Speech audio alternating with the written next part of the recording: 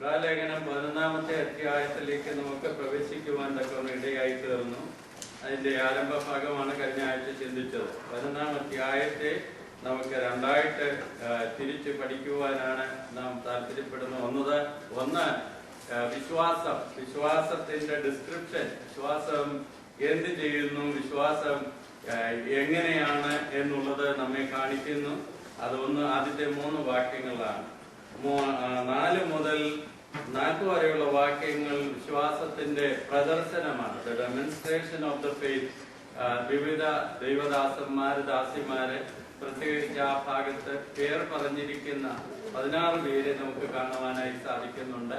അവരുടെ ജീവിതത്തിൽ വിശ്വാസത്തിന് വേണ്ടി അവരെന്ത് ചെയ്തു, എങ്ങനെ അവർ നിന്നു, അതിന്റെ ഫലമായി ദൈവം എങ്ങനെ ദൈവനാമ മഹത്വത്തിനായി അവരെ സഹായിച്ചു എന്നുള്ള വിവരങ്ങളാണ് നമുക്കിവിടെ കാണുവാനായി സാധിക്കുന്നത്. കഴിഞ്ഞ ആഴ്ച നമ്മൾ ഏറ്റവും ഒടുവിൽ പറഞ്ഞ് അവസാനിപ്പിച്ചത് ആദ്യത്തെ 3 വാക്യം വിശ്വാസത്തെ കുറിച്ചാണ്. ഡെഫിനിഷൻ, വിശ്വാസത്തിന്റെ ഒരു നിർവചനം എന്നുള്ളതല്ല ഇവിടെ നമുക്ക് കാണുവാനായി സാധിക്കും. എന്നാൽ വിശ്വാസത്തിന്റെ ഒരു വിശദീകരണമാണ് അവിടെ കാണുന്നത്. വിശദീകരണം എന്ന് പറഞ്ഞാൽ വിശ്വാസത്താൽ എന്ത് ചെയ്യുന്നു, വിശ്വാസം എങ്ങനെ ഉണ്ടാക്കുവാനായിട്ട് കഴിയുന്നു, ഈ കാര്യങ്ങളൊക്കെയാണ് നമുക്ക് അവിടെ കാണുവാനായി സാധിക്കുന്നത്. What faith does and how it works. അതാണ് വിശ്വാസം എന്ന് ലോകം പറയുന്ന ആ മീനിങ്ങിലല്ല ദൈവവചനത്തിലെ വിശ്വാസം എന്ന് പറയുന്നത്. ലോകം വിശ്വാസം എന്ന് പറയുമ്പോൾ അങ്ങനെ സംഭവിക്കുമായിരിക്കും, ചിലപ്പോൾ അങ്ങനെ ഉണ്ടാകുമായിരിക്കും, ഒരു പ്രത്യാശ എന്നുള്ള രീതിയിലേ കാണുന്നുള്ളൂ. എന്നാൽ ഇവിടെ വേദോസ്തവം പറയുന്ന വിശ്വാസം, അല്ലെങ്കിൽ നാം ഇവിടെ പഠിക്കുന്ന ഈ വിശ്വാസം എന്ന് പറയുന്നത്, അത് ദൈവം എന്ത് കൽപ്പിച്ചിരിക്കുന്നു അത് അതുപോലെ ഏറ്റെടുത്ത് അതിന്റെ പ്രത്യാഘാതങ്ങൾ നോക്കാതെ, വരും വരായികകൾ കണക്കിലാക്കാതെ ദൈവം പറഞ്ഞതുകൊണ്ട് അത് അതുപോലെ ട്രസ്റ്റ് ചെയ്ത് അനുസരിക്കുന്നതാണ് വേദപുസ്തകത്തിലെ വിശ്വാസം എന്ന് പറയുന്നത്. True Bible faith is confident obedience to God's word in spite of circumstances and consequences. അതാണ് ഈ പറയുന്ന 4 മുതലുള്ള വാക്യങ്ങളിലെ വേദപുസ്തകത്തിലെ ശക്തന്മാരായ ദൈവദാസന്മാരുടെയും ദൈവദാസിമാരുടെയും ജീവിതം കൊണ്ട് നമുക്ക് മനസ്സിലാക്കാനായി സാധിക്കും. നമ്മളിനി ഓരോരുത്തരും ഹാബേൽ മുതലാണല്ലോ തുടങ്ങുന്നത്. നല്ല എടുത്തു നോക്കിയാൽ നമുക്ക് കാണുവാൻ സാധിക്കുന്ന സത്യം, വിശ്വാസത്തിന് വേണ്ടി, വചനത്തിന് വേണ്ടി അവര് ധൈര്യമായി നിന്നതിനെ കുറിച്ചാണ്. വളരെ സിമ്പിളായിട്ടാണ് ബിബ്ലിക്കൽ ഫെയ്ത്ത്, വേദപുസ്തകം പറയുന്ന വിശ്വാസം ഓപ്പറേറ്റ് ചെയ്യുന്നത്, പ്രവർത്തിക്കുന്നത് എന്ന് നമുക്ക് കാണുവാനായി സാധിക്കും. അതിന്റെ ചുരുക്കം ഇത്രയേ ഉള്ളൂ. ഈ എബ്രായ ലേഖനം എല്ലാം പഠിച്ചപ്പോൾ അതിന്റെ എല്ലാം ഇടയ്ക്കൂടെ നമുക്ക് കാണാൻ കഴിയുന്ന സത്യം ഇതാണ്. God speaks, how we are responding to God's word. ദൈവം സംസാരിക്കുന്നു. തുടങ്ങുന്നത് തന്നെയാണ് ദൈവം ഭാഗമായും വിവിധമായും സംസാരിച്ചു തുടങ്ങിയിട്ട് ഇപ്പോൾ പുത്രൻ മുഖാന്തരം നമ്മളോട് സംസാരിച്ചിരിക്കുന്നു.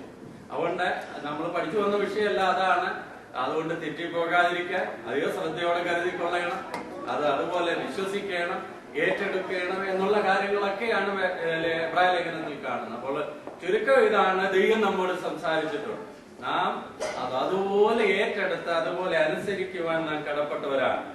ദൈവത്തിന്റെ വാഗ്ദത്തങ്ങൾ, വചനങ്ങൾ, കൽപ്പനകൾ അത് നാം ട്രസ്റ്റ് ചെയ്യണം, അതിൽ നാം ആക്ട് ചെയ്യണം. അതിനെ അനുസരിക്കുവാനായി എന്തൊക്കെയാണ് പ്രത്യാഘാതങ്ങളെന്ന് നോക്കുവാൻ പാടില്ല. ഇതാണ് ബിബ്ലിക്കൽ വിശ്വാസം എന്ന് പറയുന്നത്. എന്ന് പറഞ്ഞാൽ ദൈവം പറഞ്ഞാൽ, ഒരു കാര്യം പറഞ്ഞാൽ ദൈവം ദൈവം പറയുന്ന കാര്യങ്ങളെ കുറിച്ച് നമുക്ക് തെറ്റായ ചിന്താഗതികളുണ്ട്. ദൈവം പറഞ്ഞെന്ന് പറഞ്ഞാൽ പലരും, പ്രത്യേകിച്ച് ബന്ധുക്കോസുകാരുടെ രീതി അനുസരിച്ച് പറഞ്ഞാൽ ദൈവത്തിന്റെ അരുളപ്പാട് അല്ലെങ്കിൽ ദൈവം സംസാരിച്ചെന്ന് പറഞ്ഞാൽ പ്രവാചകന്മാർ ദൂതായി അന്യഭാഷ പറഞ്ഞ് വ്യാഖ്യാനിക്കുന്ന അത് ദൈവം പറഞ്ഞതായി, അതങ്ങനെ ദൈവം സംസാരിക്കും. പക്ഷേ ദൈവവചനത്തിന് അനുസരണമല്ലാതെ ഏത് വലിയ പ്രവാചകൻ സംസാരിച്ചാലും അത് ദൈവം പറയുന്നതായിട്ട് എടുക്കരുത്. ദൈവം പറയുന്നത് ദൈവവചനത്തിന്റെ ഉള്ളിൽ നിന്നുകൊണ്ടുള്ളതാണ്. എന്നാൽ ദൈവം പറയുന്നതെന്ന് ഇവിടെ മീൻ ചെയ്തതിന്റെ അർത്ഥം നമ്മോടുള്ള ദൈവത്തിന്റെ മെസ്സേജ് എല്ലാം ദൈവം ഇവിടെ നമുക്ക് തന്നിട്ടുണ്ട്. മറ്റേത് നമ്മുടെ താൽക്കാലിക കാര്യമാണ്, ടെമ്പററി കാര്യം, നമ്മുടെ ഭൗതിക കാര്യങ്ങളോ നമ്മുടെ ഫാമിലിയുടെ കാര്യങ്ങളോ ഒക്കെ അതെല്ലാം സെക്കൻഡ് തിങ്സ് ആണ്. നമ്മുടെ ആത്മാവ് അങ്ങ് ചെല്ലുന്ന വിഷയത്തിന് വേണ്ടത് ദൈവം നമ്മോട് സംസാരിച്ചു കഴിഞ്ഞിട്ടുണ്ട്. ആ വചനം അത് അതുപോലെ ഏറ്റെടുത്ത് ആ വചനം അതിനെ ക്വസ്റ്റ്യൻ ചെയ്യാതെ അനുസരിക്കുക എന്നുള്ളതാണ് ഇവിടെ വിശ്വാസം കൊണ്ട് അർത്ഥമാക്കുന്നത്. അപ്പോൾ പോസിബിലിറ്റി ഇമ്പോസിബിൾ ആയിട്ടുള്ള കാര്യങ്ങളായിരിക്കും ഈ പഠിക്കാൻ പോകുന്ന ആളുകളുടെ വിഷയങ്ങളൊക്കെ നമ്മൾ എടുത്താൽ, അബ്രഹാമിനെ കുറിച്ച് നോക്കിയാൽ അല്ലെങ്കിൽ പിതാക്കന്മാരെ ഒക്കെ നോക്കിയാൽ ലോകപ്രകാരം ഇമ്പോസിബിൾ ആയിട്ടുള്ള കാര്യമാണ്. പക്ഷെ ഇമ്പോസിബിൾ ആണെങ്കിലും അവരതങ്ങ് വിശ്വസിച്ചു, കാരണം ദൈവം പറഞ്ഞതായിരുന്നു. അതനുസരിച്ച് അവരുടെ സ്റ്റെപ്പുകൾ വെച്ചു പോകാൻ പറഞ്ഞു. എവിടാന്ന് അറിയാതെ ഇറങ്ങി പുറപ്പെട്ടു. ദൈവം പറഞ്ഞ അതുപോലെ വിശ്വസിച്ച് അതുപോലെ ഏറ്റെടുത്ത് അവരുടെ സ്റ്റെപ്പുകൾ വെക്കുവാൻ തക്കവണ്ണം ഇടയായി തീർന്നു. മുന്നോട്ട് നോക്കുമ്പോൾ അവരുടെ സ്റ്റെപ്പ് എടുത്ത് വെക്കുന്നതിന് വഴികളെല്ലാം കണ്ടിട്ടല്ല, വരാൻ പോകുന്ന കോൺസിക്വൻസുകൾ ലോകപ്രകാരം ചിന്തിക്കുമ്പോൾ അത് വളരെ ഭയമുളവാക്കുന്നതായിരിക്കും, വലിയ വിഷമമുളവാക്കുന്നതായിരിക്കും. പക്ഷേ ദൈവം പറഞ്ഞതായതുകൊണ്ട് അവരതിനു വേണ്ടി തയ്യാറായി. വേദപുസ്തകത്തിലെ പ്രായബാലന്മാർ ഇവരെ കുറിച്ചൊക്കെ ഉള്ള കാര്യങ്ങൾ നമുക്ക് മനസ്സിലാക്കുവാനായി സാധിക്കുന്നുണ്ട്. അപ്പോൾ ദൈവം പറഞ്ഞതായതുകൊണ്ട് അത് റൈറ്റ് ആണെന്ന് വിശ്വസിച്ച് അത് അതുപോലെ ഏറ്റെടുത്ത് അത് അതുപോലെ അതിന്മേൽ ആക്ട് ചെയ്യുന്നതാണ് ഈ വിശ്വാസം എന്ന് പറയുന്നത്. കഴിഞ്ഞ ആഴ്ച പറഞ്ഞ് അവസാനിപ്പിച്ച ഇതാണ് 1 മുതൽ 3 വരെയുള്ള വാക്യങ്ങൾ നമുക്ക് പലർക്കും കാണാതെ അറിയാമല്ലോ. വിശ്വാസം എന്നതോ ആശിക്കുന്നതിന്റെ ഉറപ്പ്. 3 പദങ്ങളാണ് എബ്രായ ലേഖനകാരനോട് പറയുന്നത്. ആശിക്കുന്നതിന്റെ ഉറപ്പ് അല്ലെങ്കിൽ സബ്സ്റ്റൻസ് അല്ലെങ്കിൽ ഉറപ്പ് എന്നുള്ളതാണ് ഒരു പദം. പിന്നെന്താണ്? കാണാത്ത കാര്യങ്ങളുടെ നിശ്ചയമാകുന്നു, എവിഡൻസ് എന്നുള്ളതാണ് അടുത്ത പദം നമുക്ക് കാണുവാനായി സാധിക്കുന്നത്. അതിനാലല്ലോ പൂർവന്മാർക്ക് സാക്ഷ്യം ലഭിച്ചത്. അതാണ് 3ാമത്തെ പദം, വിറ്റ്നസ്, സാക്ഷ്യം ലഭിച്ചു എന്നുള്ളത്. അപ്പോൾ ഉറപ്പ്, നിശ്ചയം, സാക്ഷ്യം, ഇത് 3മാണ് വിശ്വാസത്തെ കുറിച്ച് സമ്മറൈസ് ചെയ്തിവിടെ പറഞ്ഞിരിക്കുന്നത്. ഏതൊക്കെയാണ്? ഉറപ്പ്, നിശ്ചയം, സാക്ഷ്യം. സബ്സ്റ്റൻസ് എന്ന് പറയുന്നത് കഴിഞ്ഞ ആഴ്ച ഞാനത് ഉറപ്പിച്ചുവല്ലോ. അതിന് പല മീനിങ്ങുകളുണ്ട്. Assurance, confidence, assurance, solid ground. വേറെ അതിന്റെ ഗ്രീക്ക് ട്രാൻസ്ലേഷനിൽ ശരിയായ രീതിയിൽ ഒരാൾ വ്യാഖ്യാനിച്ചിരിക്കുന്ന ടൈറ്റിൽ ഡീഡ് എന്നാണ്. അത് പറഞ്ഞപ്പോഴാണ് നാട്ടിലെ കാൽപ്പട്ടിയുടെ കാര്യമൊക്കെ പറയുവാൻ തക്ക ഇടയായി തീർന്നു. അപ്പോൾ നമുക്ക് അവകാശമായി ലഭിച്ചിരിക്കുന്ന ഒന്നാണ് വിശ്വാസം, ഉറപ്പാണ്. അതിന്മേലാണ് പണിയുന്നത്. അപ്പോൾ സോളിഡ് ആയിട്ടുള്ള ഒരു ഗ്രൗണ്ടായി, അല്ലെങ്കിൽ വേറെ രീതിയിൽ പറഞ്ഞാൽ സ്റ്റാൻഡ് അണ്ടർ, ടു സപ്പോർട്ട്, ഈ മീനിങ്ങുകളൊക്കെയാണ് നമുക്ക് കാണുവാനായി സാധിക്കുന്നത്. ഒരു കെട്ടിടത്തിന് അതിന്റെ ഉറപ്പ്, അതിന്റെ ബേസ്മെന്റ്, അതിന്റെ ഫൗണ്ടേഷനെ അടിസ്ഥാനപ്പെടുത്തി ഇരിക്കുന്നത് പോലെ ഒരു ക്രിസ്തീയ ജീവിതം, ഒരു വിശ്വാസിയുടെ ജീവിതത്തിന്റെ ഉറപ്പെന്ന് പറയുന്നത് വിശ്വാസത്തിന്മേലാണ്. വിശ്വാസം, ദൈവത്തിന്റെ വചനത്തിലുള്ളതായ വിശ്വാസം, അതുപോലെ ഏറ്റെടുക്കുന്ന വിശ്വാസം, അതിന്മേലാണ് നിൽക്കുവാൻ തക്കവണ്ണം ഇടയായിത്തീരുന്നത്. അതാണ് നമ്മൾ കഴിഞ്ഞ ആഴ്ച പഠിച്ചത്. അപ്പൊ 1ാമത്തെ പദത്തിൽ സബ്സ്റ്റൻസ് അല്ലെങ്കിൽ ഉറപ്പ് എന്നുള്ളത് പഠിച്ചു. ഇനിയും അടുത്തതാണ് എവിഡൻസ്, കാണാത്ത കാര്യങ്ങളുടെ നിശ്ചയമാകുന്നു. കാണാത്ത കാര്യങ്ങളുടെ നിശ്ചയം എന്ന് പറയുമ്പോൾ അത് കൺവിക്ഷൻ എന്നതിനൊരു മീനിങ് ഉണ്ട്. ആ പദത്തിന് അവർ കൊടുത്തിരിക്കുന്നത് ഇൻവേർഡ് കൺവിക്ഷൻ എന്ന രീതിയിൽ പറയുന്നു. പറഞ്ഞാൽ ഉള്ളിൽ നമുക്ക് അതിനെ കുറിച്ചുള്ള ശരിയായ ഒരു തീരുമാനം, ഒരു ഉറപ്പ് നമുക്ക് ലഭിച്ചിരിക്കുന്നു എന്ന് പറഞ്ഞാൽ അതിന്റെ അർത്ഥം ഓരോ ദൈവവേദലിനും ചുറ്റുപാടുകളൊക്കെ പ്രതികൂലമായിരിക്കും, സാഹചര്യങ്ങൾ ഇനി ഒരിക്കലും നടക്കില്ല എന്നുള്ളതായിരിക്കും. പക്ഷെ ഉള്ളിന്റെ ഉള്ളിൽ ഒരു വിശ്വാസി ചിന്തിക്കേണ്ടത് ദൈവം പറഞ്ഞതാണെങ്കിൽ അത് നടക്കും. ദൈവം പറഞ്ഞതാണെങ്കിൽ എല്ലാവരും എതിരായിരുന്നാലും അത് നടക്കും. ദൈവം പറഞ്ഞതാണെങ്കിൽ എല്ലാം പ്രതികൂലമാണെങ്കിലും അത് നടക്കും. പറഞ്ഞ ദൈവം വിശ്വസ്തനാണ്, അവൻ നിവർത്തിക്കും. പ്രോമിസ് ചെയ്ത് ദൈവം വിശ്വസിക്കും. അതാണ് ഉറപ്പെന്ന് പറയുന്നത്, എവിഡൻസ് എന്ന് പറയുന്നത്. അത് ദൈവം അരുളി ചെയ്ത ദൈവം അത് അതുപോലെ ചെയ്യുന്നവനാണ് എന്നുള്ളതിന്റെ കൺവിക്ഷൻ, ആ ഉറപ്പ്, അതാണ് ജീവിതത്തിൽ ഉണ്ടായിരിക്കേണ്ടത്. അങ്ങനെയാണ് നമുക്ക് അവിടെ കാണുവാനായി സാധിക്കുന്നത്. മൂന്നാമത്തെ പദമാണ് സാക്ഷ്യം പ്രാപിച്ചു എന്നുള്ളത്. സാക്ഷ്യം എന്നുള്ളതായ പദം അതാണ് രണ്ടാം. അതിനാലല്ലോ പൂർവന്മാർക്ക് സാക്ഷ്യം ലഭിച്ചത്. ഈ 11-ാം അധ്യായത്തിലെ പലയിടങ്ങളിൽ പല വാക്യങ്ങൾ പല ദൈവദാസന്മാരെ കുറിച്ചും പ്രസ്താവിക്കുമ്പോൾ അവിടെയൊക്കെ നമുക്ക് കാണാൻ കഴിയുന്ന ഒരു പദമാണ് അത് ദൈവത്തിൽ നിന്ന് സാക്ഷ്യം പ്രാപിച്ചു എന്നുള്ളത്. അവിടുത്തെ ഒരു പ്രധാന സബ്ജക്റ്റാണ്. മൂന്നാമത്തെ വാക്യം പ്രത്യേകിച്ച് ഈ 11-ാം അധ്യായത്തിൽ തന്നെ പലയിടങ്ങളിലാണ് നമുക്കത് കാണുവാനായി സാധിക്കുന്നത്. 4-ാം വാക്യം തന്നെ നമ്മൾ നോക്കിയാൽ 11-ന്റെ 4-ാം വാക്യം, വിശ്വാസത്താൽ ഹാബീൽ ദൈവത്തിന് കായിന്റേലും ഉത്തമമായി യാഗം കഴിച്ചു, അതിനാൽ അവന് നീതിമാൻ എന്ന സാക്ഷ്യം ലഭിച്ചു. മരിച്ച ശേഷം വിശ്വാസത്താൽ സംസാരിച്ചുകൊണ്ടിരിക്കുന്നു. അപ്പോൾ 4-ാം വാക്യത്തിൽ നമുക്കത് കാണുന്നുണ്ട്. അതുപോലെ തന്നെ 5-ാം വാക്യത്തിൽ ദൈവത്തെ പ്രസാദിപ്പിച്ചു എന്നുള്ളതിന് അവൻ സാക്ഷ്യം വഹിച്ചു, ദൈവം സാക്ഷ്യം വഹിച്ചു എന്നുള്ളത് പറയുന്നു. 39-ാം വാക്യത്തിലും നമുക്ക് അതുപോലെ ദൈവം സാക്ഷ്യം പറയുന്നു. അവർ എല്ലാവരും വിശ്വാസത്താൽ സാക്ഷ്യം ലഭിച്ചിട്ടും വാഗ്ദത്ത നിവൃത്തി പ്രാപിച്ചില്ല. അപ്പോൾ ദൈവം അവർക്ക് സാക്ഷ്യം നിന്നു എന്നുള്ളതാണ് അവിടുത്തെ ഒരു വിഷയമായി നമുക്ക് കാണുവാനായി സാധിക്കുന്നത്. ഇനി 12-ാം അധ്യായത്തിലേക്ക് വരുമ്പോൾ അവിടെ എഴുതിയിരിക്കുന്ന എന്താണ്? സാക്ഷികളുടെ ഇത്ര വലിയ സമൂഹം, ക്ലൗഡ് ഓഫ് വിറ്റ്നസസ്, സാക്ഷികളുടെ വലിയ സമൂഹം, അതാണ് നമുക്ക് അവിടെ കാണുവാനായി സാധിക്കുന്നത്. അപ്പോൾ ദൈവം അവരിറങ്ങി പുറപ്പെട്ട കാര്യം റൈറ്റ് ആയിരുന്നു, അത് ശരിയായിരുന്നു എന്നുള്ളത് ദൈവം സാക്ഷ്യം പറയുവാൻ തക്കവണ്ണിടയായി തീർന്നു. ദൈവം അതിന് സാക്ഷ്യം കൽപ്പിക്കുവാൻ തക്കവണ്ണിടയായി തീർന്നു.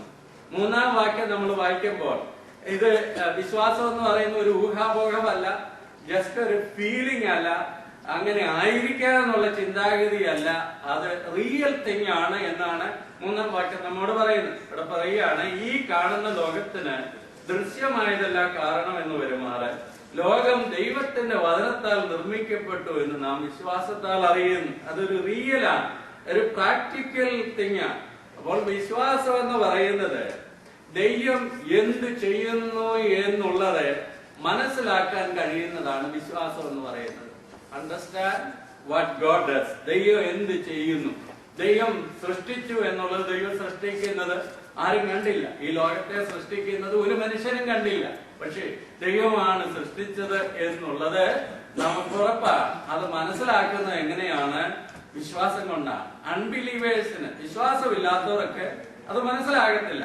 അതുകൊണ്ടാണ് അവർക്ക് പല സിദ്ധാന്തങ്ങളൊക്കെ ഫിലോസഫീസ് ഒക്കെ പറയുവാൻ തക്ക ഇടയായി തീരുന്നത്. എന്നാൽ ദൈവം നമുക്ക് ആ വിശ്വാസം തരുമ്പോൾ അതിന്റെ ഫലമായി ലോകക്കാർ ചെയ്യാത്ത കാര്യങ്ങൾ ചെയ്യുവാൻ തക്കവണ്ണം വിശ്വാസം നമ്മെ എനേബിൾ ചെയ്യുന്നു, നമ്മെ ശക്തീകരിക്കുന്നു. What others cannot do, the believers can do through faith. മറ്റുള്ളവർക്ക് ചെയ്യാൻ കഴിയാത്ത കാര്യങ്ങൾ ആ ഒറ്റ അധ്യായം തന്നെ Ebrയർ 11 തന്നെ വായിക്കുമ്പോൾ നമുക്ക് അവിടെ കാണുവാനായിട്ട് സാധിക്കുന്നുണ്ട്. ഈ ഭക്തന്മാരുടെ എല്ലാം ജീവിതത്തിലേക്ക് നോക്കുമ്പോൾ 12-ാം അധ്യായത്തിൽ അവരെ കുറിച്ച് സാക്ഷികളുടെ വലിയ സമൂഹം എന്ന് പറഞ്ഞിരിക്കുന്നു, ക്ലൗഡ് ഓഫ് വിറ്റ്നസസ്. പക്ഷേ അവരെല്ലാം അവരുടെ ജീവിതത്തിന്റെ രംഗങ്ങളിൽ തനിയെ നിന്നവരാണ്, ആരും സഹായമില്ലാതെ, ആരുടെയും സപ്പോർട്ട് ഇല്ലാതെ. എന്നാൽ ലോകമെല്ലാം അവരെ കളിയാക്കി, ലോകമെല്ലാം അവരുടെ നേരെ എതിരെ നിൽക്കുവാന്നൊക്കെ ഇടയായി തീർന്നു. എന്നാൽ അതിന്റെ നടുവിലെല്ലാം അവർ കാണാത്ത കാര്യങ്ങൾ കാണുവാൻ തക്ക ഇടയായി തീർന്നു. അവർ സ്റ്റെപ്പ് എടുത്ത് മുന്നോട്ട് പോകുമ്പോൾ ലോകം അവരെ കളിയാക്കി. എന്നാൽ അവർ ദൈവത്തിന് വേണ്ടി ധൈര്യമായി നിൽക്കുവാൻ തക്ക ഇടയായി തീർന്നു. അതിന്റെ ഫലമായി ദൈവം അവരോടുകൂടെ ഇരുന്ന് ദൈവനാമത്തിന് മഹത്വത്തിനായി അവരെ ഉപയോഗിക്കുവാൻ തക്ക ഇടയായി തീർന്നു. ആ ഭക്തന്മാരുടെ എല്ലാവരുടെയും ജീവിതത്തിൽ ഭാവിയിൽ നടക്കാനുള്ള കാര്യങ്ങൾ അവർ ആ സമയത്ത് തന്നെ അവരുടെ ജീവിതത്തിൽ നടന്നു എന്നുള്ള വിശ്വാസത്തോടുകൂടിയാണ് ചെയ്തത് എന്ന് കാണുവാനായി സാധിക്കുന്നു. ഫ്യൂച്ചറിനെ കുറിച്ച് നടന്നേക്കും എന്നുള്ളതല്ല, അവരുടെ പ്രസന്റ് ലൈഫിൽ തന്നെ അത് കാണുവാൻ തക്കവണ്ണം ഇടയായി തീർന്നത് നമുക്ക് അവരുടെ എല്ലാ ചരിത്രങ്ങളിൽ നിന്ന് മനസ്സിലാക്കുവാനായി സാധിക്കുന്നതാണ്. അപ്പോൾ ലോകം കാണാത്ത കാര്യങ്ങൾ ഒരു ദൈവ പൈതലിന് കാണുവാൻ തക്കവണ്ണം അവരുടെ കണ്ണു തുറന്നിരിക്കും. ലോകം ചെയ്യാത്ത കാര്യങ്ങൾ ചെയ്യുവാൻ തക്കവണ്ണം ദൈവം അവരെ ഉപയോഗിക്കും. ഈ 11-ാം അധ്യായത്തിലുള്ള അനവധി കാര്യങ്ങൾ ലോകം കാണാത്തതാണ്, ലോകം അറിയാത്തതാണ്. അതുവരെ ഉണ്ടാകാത്തവയെ കുറിച്ച് അരുളപ്പാടുണ്ടായപ്പോൾ ക്വസ്റ്റ്യൻ ചെയ്തില്ല, ഉണ്ടാകുമോ എന്ന് സംശയിച്ചില്ല, ദൈവമാണോ പറഞ്ഞതെന്ന് സംശയിച്ചില്ല. അത് അതുപോലെ വിശ്വസിച്ചു. പെട്ടകം തീർക്കാൻ പറഞ്ഞപ്പോൾ അത് അതുപോലെ ചെയ്തു. ഞാൻ നിന്നെ കാടിപ്പാരിക്ക് ദേശത്തേക്ക് പോകുക എന്ന് പറഞ്ഞപ്പോൾ അതുപോലെ ചെയ്തു. മോശ സുന്ദരനെന്ന് അമ്മയപ്പന്മാർ കണ്ടു. അവർ രാജാവിന്റെ കോപം ഭയപ്പെടാതെ അവനെ ഒളിപ്പിച്ചു വെച്ചു. അദൃശ്യ ദൈവത്തെ, നാം ഇബ്രായലേഖനത്തിൽ തന്നെ വായിക്കുന്ന ഒരു വാക്യമാണ്, അദൃശ്യ ദൈവത്തെ അവരെ കണ്ടതുപോലെ ഉറച്ചു നിൽക്കുവാൻ തക്ക ഇടയായി തീർന്നു. ദൃശ്യമല്ലാത്ത കാര്യങ്ങൾ, ലോകം കാണാൻ കഴിയാത്ത കാര്യങ്ങൾ, ലോകത്തിന് ഗ്രഹിക്കാൻ കഴിയാത്ത കാര്യങ്ങൾ ഗ്രഹിക്കുവാൻ കഴിയുന്നതാണ്, ശക്തി തരുന്നതാണ് വിശ്വാസം എന്ന് പറയുന്നത്. ആ വിശ്വാസത്തിന് വേണ്ടി അവർ നിൽക്കുവാൻ തക്ക ഇടയായി തീർന്നു. കഴിഞ്ഞ ആഴ്ച ഞാൻ ഓർപ്പിച്ചതുപോലെ വിശ്വാസം എങ്ങനെയാണ് വർദ്ധിക്കുവാനായിട്ട് സാധിക്കുന്നത്? ഈ വിശ്വാസം നമുക്ക് വർദ്ധിക്കാൻ കഴിയണമെങ്കിൽ ഫെയ്ത്ത്ഫുള്ളായ, വിശ്വസ്തനായവനോട് ചേർന്ന് നടക്കുവാനിടയായി തീരണം. ഭക്തന്മാരുടെ എല്ലാം ജീവിതത്തിൽ അതാണ് നമുക്ക് കാണുവാനായി സാധിക്കുന്നത്. അതിന്റെ ഫലമായി അവരുടെ ജീവിതത്തെ അവരേറ്റെടുത്ത വിശ്വാസത്തിന് വേണ്ടി സമർപ്പിക്കുവാൻ തക്കവണ്ണം, ഡിവോട്ട് ചെയ്യുവാൻ തക്കവണ്ണം ഇടയായി തീർന്നു. ഈ മീനിങ് വെച്ചുകൊണ്ട് തന്നെയാണ് വേദപുസ്തകത്തിലെ വാക്യങ്ങളെല്ലാം വിശ്വാസത്തെ കുറിച്ച്. യൂദായുടെ ലേഖനത്തിൽ തന്നെ നമ്മൾ വായിക്കുന്ന എങ്ങനെയാണ്? വിശുദ്ധന്മാർക്ക് ഒരിക്കലായി പരമേൽപ്പിച്ച വിശ്വാസത്തിന് വേണ്ടി പോരാടുകയാണ്, ഫൈറ്റ് ചെയ്യാനുള്ളതാണ് ഈ വിശ്വാസം എന്നാണ് എഴുതിയിരിക്കുന്നത്. ജസ്റ്റ് ദൈവം പ്രാർത്ഥന കേൾക്കുമെന്നോ അല്ലെങ്കിൽ ദൈവത്തിലുള്ള വിശ്വാസമല്ല അവിടെ മീൻ ചെയ്യുന്നത്. ദൈവത്തെ വിശ്വസിക്കുന്നു. യാക്കോബ് പറയുകയാണ്, ദൈവം ഉണ്ടെന്ന് വിശ്വസിക്കുന്നു. കൊള്ളാം, സാത്താനും വിശ്വസിക്കുന്ന മാത്രമല്ല വിറയ്ക്കുകയും ചെയ്യുന്നുണ്ട്. പക്ഷെ ആ വിശ്വാസം കൊണ്ടാകുന്നില്ല. ദൈവം പറഞ്ഞെങ്കിൽ ദൈവം അത് നിവർത്തിക്കുമെന്നും, ദൈവം പറഞ്ഞതായതുകൊണ്ട് അതിൽ നിന്ന് മാറിക്കൂടാ എന്നും അതനുസരിക്കണമെന്നുള്ള ആ വിശ്വാസം, അതാണ് ദൈവം നമ്മെ കുറിച്ച് ആഗ്രഹിക്കുന്നത്. അത് ചെയ്യുവാനാണ് ദൈവം നമ്മെ വിളിച്ചിരിക്കുന്നത്. ഇവിടെ ഞാൻ മുമ്പേ ഓർപ്പിച്ചതുപോലെ പേര് പറയാത്ത പലരും എബ്രായലേഖനം 11-ാം അധ്യായത്തിലുണ്ട്. എന്നാൽ പേര് പറഞ്ഞിരിക്കുന്ന സ്ത്രീ പുരുഷന്മാര് തന്നെ 16ഓളം പേരുണ്ട്. അവരുടെ എല്ലാവരുടെയും ജീവിതത്തിലെ അവരുടെ വിശ്വാസത്തെ കുറിച്ച് സമ്മറൈസ് ചെയ്തിരിക്കുന്ന ഇങ്ങനെയാണ് 4 കാര്യങ്ങൾ. ഇപ്പൊ പഠിച്ചു പോലുള്ള 4 കാര്യങ്ങളാണ് കാണുന്നത്. ഒന്ന്, ദൈവം അവരോട് സംസാരിച്ചു. അവരുടെ ദൈവവചനത്തിലൂടെ ദൈവം അവരോട് ഇടപെട്ടു. God spoke to them through his word. ദൈവം നേരിട്ട്, അന്ന് എഴുതപ്പെട്ട വചനങ്ങളില്ലായിരുന്ന സമയത്തും ദൈവം അവരോട് നേരിട്ട് എപ്പിഫാനി, ദൂതന്മാരുടെ വേഷത്തിൽ അല്ലെങ്കിൽ ദൈവം പ്രത്യക്ഷമായി സംസാരിച്ച കാര്യങ്ങൾ, അതാണ് ദൈവത്തിന്റെ വചനം. ദൈവം അവർക്ക് നൽകിക്കൊടുത്തു. അവരുടെ ഉള്ളിൽ ആ വചനം സ്റ്റെയർ ചെയ്തു, അത് ക്രിയ ചെയ്തുകൊണ്ടിരുന്നു, അത് അവരെ ഇളക്കിക്കൊണ്ടിരുന്നു, അവരെ രൂപാന്തരപ്പെടുത്തിക്കൊണ്ടിരുന്നു. അവർ ഓരോ ചൂടുകളും വെക്കുമ്പോൾ, ഓരോ കാര്യങ്ങളും ചെയ്യുമ്പോൾ ദൈവനോട് ഇങ്ങനെ സംസാരിച്ചിട്ടുണ്ടേ എന്നുള്ള ആ ഉറപ്പിന്റെ അടിസ്ഥാനത്തിൽ അവർ പ്രവർത്തിച്ചു കൊണ്ടേയിരുന്നു. മൂന്നാമതായിട്ട് കാണുവാനായി സാധിക്കുന്നത് അവർ ദൈവത്തെ അതുപോലെ അനുസരിച്ചു. നാലാമത് കാണുവാൻ സാധിക്കുന്നത് ദൈവത്തിൽ ട്രസ്റ്റ് ചെയ്ത് ഇറങ്ങിയവരെല്ലാം ദൈവം മാനിച്ചു, ദൈവം സാക്ഷി നിന്നു. ഈ 4 കാര്യമാണ്. ദൈവം സംസാരിച്ചു, അത് അവരുടെ ഉള്ളിൽ അത് പ്രവർത്തിച്ചുകൊണ്ടേയിരുന്നു. വചനം ശക്തമായി പ്രവർത്തിച്ചുകൊണ്ടിരുന്നു. അതിന്റെ ഫലമായി അവർ ദൈവത്തെ അനുസരിച്ചു. നാലാമതായി ദൈവം അതിന് സാക്ഷി നിന്നു, ദൈവം അവരെ മാനിച്ചു. ദൈവത്തിന് വേണ്ടി നിൽക്കുവാൻ തക്കവണ്ണം ദൈവം അവരെ ഉപയോഗിച്ചു. ഇതാണ് ഡിസ്ക്രിപ്ഷൻ ഓഫ് ഫെയ്ത്ത്. ഫെയ്ത്തിനെ കുറിച്ചുള്ളതായ ഡിസ്ക്രിപ്ഷൻ ആദ്യ ഭാഗത്ത് നമുക്ക് കാണുവാനായി സാധിക്കുന്നു. ഇനി ഓരോരുത്തരെ കുറിച്ച് പറഞ്ഞിരിക്കുന്ന വിശ്വാസത്തെ കുറിച്ചുള്ളതായ ഡെമോൺസ്ട്രേഷൻ, അതിന്റെ അത് പ്രകടിപ്പിക്കപ്പെട്ടിരിക്കുന്നതാണ് നമുക്ക് 4 മുതൽ 40 വരെയുള്ള വാക്യങ്ങളിൽ കാണുന്നത്. 4-ാം വാക്യം ഒന്ന് വായിക്കാം. എബ്രായർ 11:4. വിശ്വാസത്താൽ ഹാബേൽ ദൈവത്തിന് കയ്യിന്റേതിലും ഉത്തമമായ യാഗം കഴിച്ചു. അതിനാൽ അവന് നീതിമാൻ എന്ന സാക്ഷ്യം ലഭിച്ചു. ദൈവം അവന്റെ വഴിപാടിന് സാക്ഷ്യം കൽപ്പിച്ചു. മരിച്ച ശേഷവും അവൻ വിശ്വാസത്താൽ സംസാരിച്ചു കൊണ്ടിരിക്കുന്നു. ഹാബേലിനെ കുറിച്ചാണ് ഇവിടെ നാം വായിക്കുന്നത്. ഹാബേലിന്റെ ജീവിതത്തെ കുറിച്ച് നമുക്ക് കാണുവാനായി സാധിക്കുന്നത് വിശ്വാസത്താൽ അവൻ യാഗം കഴിച്ചു. ഫെയ്ത്ത് വർഷിപ്പിംഗ്, ആരാധിക്കുന്ന വിശ്വാസത്തെ കുറിച്ചാണ് ഹാബേലിന്റെ ജീവിതത്തിലൂടെ നമുക്ക് കാണുവാനായി സാധിക്കുന്നത്. ഉൽപ്പത്തി പുസ്തകം 4-ാം അധ്യായത്തിന്റെ 1 മുതൽ 10 വരെയുള്ള വാക്യങ്ങൾ വായിക്കുമ്പോൾ ഹാബേലിന്റെ ജീവിതത്തെ കുറിച്ച് നമ്മൾ വായിക്കുന്നുണ്ട്. ഹാബേൽ സാഹചര്യങ്ങൾ നമുക്കറിയാവുന്നതാണ്. എന്നാൽ അവിടെ പറയാത്ത കാര്യങ്ങൾ വെളിപ്പെടുത്തിയിരിക്കുന്നത് പുതിയ നിയമത്തിൽ നമുക്ക് കാണുവാനായി സാധിക്കുന്നുണ്ട്. ഇവിടെ പുതിയ നിയമത്തിൽ ഇവിടെ ഇബ്രായ ലേഖനകാരൻ പറയുകയാണ്, ഹാബേൽ യാഗം കഴിച്ചതിനെ കുറിച്ച് പറയാണ്, വിശ്വാസത്താൽ ഹാബേൽ ദൈവത്തിന് ഉത്തമമായി, കായിന്റെ ഇതിൽ ഉത്തമമായി യാഗം കഴിച്ചു. അവിടെ ഹാബേലിന്റെ യാഗത്തിൽ ദൈവം പ്രസാദിച്ചു, കയ്യനിലും അവന്റെ വഴിപാടിലും ദൈവം പ്രസാദിച്ചില്ല. എന്തുകൊണ്ടാണ് പ്രസാദിക്കാതിരുന്നത്? കയ്യന് യാഗമായി കൊണ്ടെന്ന് നാം അവിടെ ഉൽപ്പത്തി പുസ്തകം 4-ാം അധ്യായത്തിൽ വായിക്കുന്നു. ഹാബേൽ ആട്ടിടയനായി തീർന്നു, കയ്യൻ കൃഷിക്കാരനായിരുന്നു. കൃഷിക്കാരനായ കയ്യൻ അവന്റെ കൃഷിയിൽ നിന്ന് വലിയ ഗുണമില്ലാത്തത് കൊണ്ട് യാഗം കഴിച്ചു എന്ന് നമ്മുടെ കൊച്ചിലെയൊക്കെ നമ്മൾ ചിന്തിച്ചിട്ടുണ്ട്, പഠിച്ചിട്ടുണ്ട്, അങ്ങനെ പഠിപ്പിക്കുന്നവരുണ്ട്. എന്നാൽ വേദോസ്തവം അങ്ങനെ പറയുന്നില്ല. ഒരുപക്ഷെ കൃഷി ചെയ്തതിൽ ഏറ്റവും നല്ലത് തന്നെയായിരിക്കും യാഗമായി കൊണ്ടുവന്നത്. ഹാബേൽ കൊണ്ടുവന്ന യാഗം തന്റെ ആട്ടിൻകൂട്ടത്തിൽ നിന്ന് ഏറ്റവും നല്ലതിനെ യാഗമായി കൊണ്ടുവന്നു. കയ്യൻ കൃഷി വസ്തുവിൽ നിന്ന് താൻ ദൈവത്തിന് യാഗമായി കൊണ്ടുവന്നു. കയ്യനിലും അവന്റെ യാഗത്തിലും ദൈവം പ്രസാദിച്ചില്ല, ഹാബേലിലും അവന്റെ യാഗത്തിലും ദൈവം പ്രസാദിച്ചു. എന്തുകൊണ്ടാണത് എന്നുള്ളത് പുതിയ നിയമം കൂടെ വായിക്കപ്പോഴാണ് നമുക്ക് മനസ്സിലാകും. ഇവിടെ തന്നെ എഴുതിയിരിക്കുകയാണ്, ഹാബേൽ യാഗം കഴിച്ചത് എങ്ങനെയാണ്? ബൈ ഫെയ്ത്ത്, വിശ്വാസത്താൽ അവൻ ബെറ്റർ സാക്രിഫൈസ്, ആ നല്ല യാഗം, ഏറ്റവും ശ്രേഷ്ഠമായ ദൈവത്തിന് പ്രസാദമായ യാഗം അർപ്പിക്കുവാൻ തക്കൊണ്ട് ഇടയായി തീർന്നു. ഹാബേലിന്റെ ജീവിതത്തെ കുറിച്ച് കർത്താവ് തന്നെ പറഞ്ഞിരിക്കുന്ന ഒരു ഭാഗമുണ്ട്. ഹാബേൽ നീതിമാനായ ഹാബേൽ എന്നാണ് പറഞ്ഞിരിക്കുന്നത്. Abel the righteous. മത്തായി സുവിശേഷം 23-ാം അധ്യായം 35-ാമത്തെ വാക്യം. മത്തായി 23:35 എന്ന് വായിച്ചാട്ട്.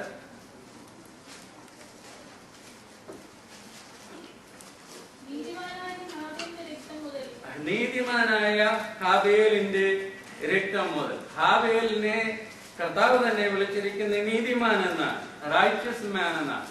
അപ്പോൾ ഇവിടെ എബ്രായ ലേഖനകാരൻ പറയുകയാണ്, ഹാബേൽ വിശ്വാസത്താൽ യാഗം കഴിച്ചു. വിശ്വാസം എന്താണ്? ഹാബേലിന്റെ വിശ്വാസം. എങ്ങനെയാണ് ഹാബേൽ നീതിമാനായി തീർന്നത്? അപ്പോൾ അവിടെ നമുക്ക് മനസ്സിലാകാത്ത, പഴയ നിയമം വായിക്കുമ്പോൾ മനസ്സിലാകാത്ത സത്യങ്ങൾ നമുക്ക് കാണുവാനായി സാധിക്കുന്നുണ്ട്. ദൈവം ആദാമിനെയും ഹവ്വയെയും സൃഷ്ടിച്ച് അവരെ ഏദൻ തോട്ടത്തിലാക്കി. അവർ പാപം ചെയ്തതിന്റെ ഫലമായി തോട്ടത്തിൽ നിന്ന് അവരെ പുറത്താക്കി. എന്നാൽ ദൈവം അവർക്ക് യാഗത്തിന്റെ പ്രമാണങ്ങൾ കൊടുത്തിരുന്നു എന്ന് നമുക്ക് വിശ്വസിക്കുവാനായിട്ട് സാധിക്കുന്നു. എങ്ങനെയാണെന്നുള്ളത് വളരെ കൃത്യമായി നമുക്ക് കാണുവാൻ സാധിക്കുന്നില്ല. എന്നാൽ ആദാമും ഹവ്വയും പാപം ചെയ്തതിന്റെ ഫലമായി അവരുടെ ദൈവ തേജസ് നഷ്ടപ്പെട്ടു. അവർ നഗ്നരായി തീർന്നു. മാനുഷിക രീതിയിൽ അവർ ചെയ്യാവുന്ന അത്തിയില കൊണ്ട് വസ്ത്രം ഉണ്ടാക്കി. എന്നാൽ ദൈവം എന്ത് ചെയ്തു? അവരെ തോൽ കൊണ്ട് ഉടുപ്പുണ്ടാക്കി അവരെ ഉടുപ്പിച്ചു, അവരെ ധരിപ്പിച്ചു എന്നാണ് വായിക്കുന്നത്. അപ്പോൾ അവിടെ വെച്ച് തന്നെ മനുഷ്യൻ പാപം ചെയ്ത സമയത്ത് തന്നെ ഒരു മൃഗം അറക്കപ്പെട്ടു, ഒരു മൃഗത്തെ കൊന്നു. അതിന്റെ തോലാണ് ദൈവം അവരെ ഉടുപ്പിക്കുവാൻ തക്കവണ്ണം ഇടയായി തീർന്നത്. അപ്പോൾ ഇവിടെ കർത്താവ് തന്നെ ഹാബേലിനെ കുറിച്ച് പറയാണ്, നീതിമാനായ ഹാബേൽ. എങ്ങനെയാണ് ഹാബേൽ നീതിമാനായി തീർന്നത്? അപ്പോൾ ദൈവം നിശ്ചയമായും പ്രമാണം കൊടുത്തു. പ്രമാണം കൊടുത്തപ്പോൾ പ്രമാണത്തിന്റെ സാരാംശം ഇങ്ങനെയാണ്: മനുഷ്യ, നീ പാപം ചെയ്തു, ദൈവ തേജസ് ഇല്ലാത്തവനായി തീർന്നു, നീ നീതികെട്ടവനായി തീർന്നു. ദൈവം അവർക്കൊരു വാഗ്ദത്തം കൊടുത്തു, സ്ത്രീയുടെ സന്തതി സർപ്പത്തിന്റെ തലയെ തകർക്കും. ഉൽപ്പത്തി പുസ്തകം 3-ാം അധ്യായത്തിൽ ഇത് വായിക്കുന്നുണ്ട്. അപ്പോൾ സർപ്പമാകുന്ന പിശാചിന്റെ തലയെ തകർക്കുവാൻ സ്ത്രീയുടെ സന്തതിയായി ദൈവത്തിന്റെ പുത്രൻ വരുമെന്നുള്ള ആ വലിയ വാഗ്ദത്തം അവിടെയാണ് തുടങ്ങുന്നത്. ആ വലിയ വാഗ്ദത്തം കൊടുത്തു. സ്ത്രീയുടെ സന്തതിയായി സർപ്പത്തിന്റെ തല തകർക്കുവാൻ വരുന്നത് വരെയും മൃഗങ്ങളെ അറുത്ത് അതിന്റെ രക്തം കൊണ്ട് പ്രായശ്ചിത്തമായി യാഗമർപ്പിക്കുമ്പോൾ അതിൽ ഞാൻ പ്രസാദിക്കുന്നു എന്നുള്ള പ്രമാണം ആദ്യ മാതാപിതാക്കന്മാർക്ക് ദൈവം കൊടുത്തിരുന്നു. അവരിൽ നിന്ന് മക്കൾക്ക് ആ പ്രമാണം ലഭിച്ചിരുന്നു. കയ്യൻ അതറിയാമായിരുന്നു, ഹാബേലിന് അതറിയാമായിരുന്നു. ഹാബേൽ ദൈവം പറഞ്ഞത് അതുപോലെ വിശ്വസിച്ചു, ട്രസ്റ്റ് ചെയ്തു, അത് അതുപോലെ ഏറ്റെടുത്തു. എന്നാൽ കർമ്മമാർഗക്കാരനായ കയീൻ ചിന്തിച്ചു, അവൻ സ്വന്തം ബുദ്ധി കൊണ്ട് ചിന്തിച്ചു, എന്തിനാണ് ഞാൻ വേറൊരു മൃഗത്തെ കൊണ്ടുവരാൻ പോകുന്നത്? ഞാൻ കൃഷി ചെയ്ത നല്ല വസ്തു ഉണ്ടല്ലോ, എന്റെ പക്കലുണ്ടല്ലോ, ദൈവം അത് പ്രസാദിച്ചാൽ മതി എന്ന് വിചാരിച്ച് കയീൻ കർമ്മമാർഗക്കാരനായി തന്റെ കൃഷി വസ്തുവിൽ നിന്ന് യാഗമായി ആരാധനയ്ക്കായി കൊണ്ടുവന്നു. എന്നാൽ ദൈവം വിശ്വാസത്താൽ യാഗം കഴിച്ച, ഏത് വിശ്വാസം? സ്ത്രീയുടെ സന്തതിയായി ദൈവപുത്രൻ വന്ന് സർപ്പത്തിന്റെ തലയെ തകർക്കുമെന്നുള്ള വിശ്വാസം കൊണ്ട് അവൻ ദൈവത്തിന്റെ കുഞ്ഞാടായി യാഗമായി തീരുമെന്നുള്ള വിശ്വാസത്താൽ ഹാബേൽ ദൈവം പറഞ്ഞ പോലെ രക്തച്ചൊരിച്ചിലുള്ളതായ യാഗം ഒരു ആട്ടിൻകുട്ടിയെ കൊണ്ടുവന്ന് യാഗമായി അർപ്പിച്ചപ്പോൾ അവന്റെ വിശ്വാസത്തെ ദൈവം കണ്ടിട്ട് അത് അംഗീകരിച്ചു. ദൈവത്തിന് അതിൽ പ്രസാദം തോന്നി. അതാണ് ഹാബേലിന്റെ യാഗം, അതാണ് ദൈവം അംഗീകരിച്ച യാഗം. കയീനെ കുറിച്ച് നമ്മൾ വായിക്കുന്നു. യോഹന്നാന്റെ ലേഖനം പഠിച്ചപ്പോൾ 1 യോഹന്നാൻ 3-ാം അധ്യായം അവിടെ പഠിച്ചത് എന്താണ്? 1 യോഹന്നാൻ 3:12 കയീൻ ദുഷ്ടനിൽ നിന്നുള്ളവനായിരുന്നു എന്നുള്ളതാണ്. ദൈവത്തിൽ നിന്നുള്ളവനായിരുന്നില്ല. ദൈവത്തിന് വിരോധമായി ചിന്തിക്കുന്ന, ദൈവത്തിന്റെ മാർഗത്തെ ത്യജിച്ചു കളയുന്ന കയീൻ. എന്നാൽ ഹാബേൽ ദൈവത്തെ വിശ്വസിച്ചു, ദൈവത്തെ ഒബേ ചെയ്തു, ദൈവം പറഞ്ഞ അതുപോലെ ചെയ്തു. അതിന് കൊടുത്ത വില തന്റെ ജീവൻ തന്നെയായിരുന്നു. അതുകൊണ്ട് താൻ എന്ത് സംഭവിക്കുമെന്ന് ഓർത്തില്ല, തനിക്ക് എന്തു നടക്കാൻ പോകുന്നു എന്നുള്ള വിഷയമായിരുന്നില്ല. ദൈവം പറഞ്ഞത് അതുപോലെ അനുസരിക്കുവാൻ തക്ക ഇടയായി തീർന്നു. അതിന്റെ ഫലമായി ദൈവം അവനെ നീതിമാനായി എണ്ണി.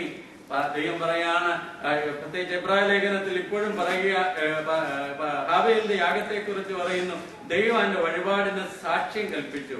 മരിച്ച ശേഷവും അവൻ വിശ്വാസത്താൽ സംസാരിച്ചു കൊണ്ടിരിക്കുന്നു.